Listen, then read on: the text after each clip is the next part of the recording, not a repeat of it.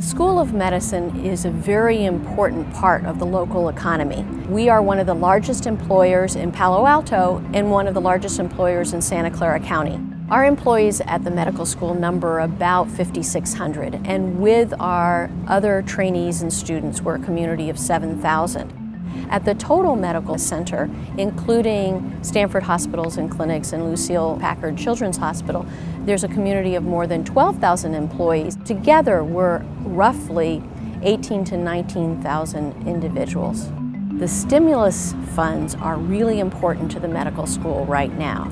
Since the end of the doubling of the NIH budget, our real purchasing power for research has gone down. That is, the funding we've received hasn't kept up with inflation. An increase in research funding here will mean a lot to the local economy.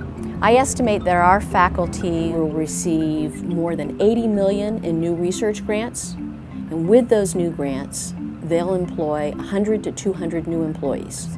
These are individuals who eat at local restaurants, buy from local shops, buy gas at the local gas station. All of this creates economic activity in the area. It is so important right now to support our young researchers so they don't become disillusioned and leave their career in science altogether, and that this funding will allow them to continue in the lab, to pursue new directions, to not get stale, to learn new techniques. And I think so much of this is important to keep them in the biosciences, and who knows, maybe one day this could be one of our new Nobel laureates.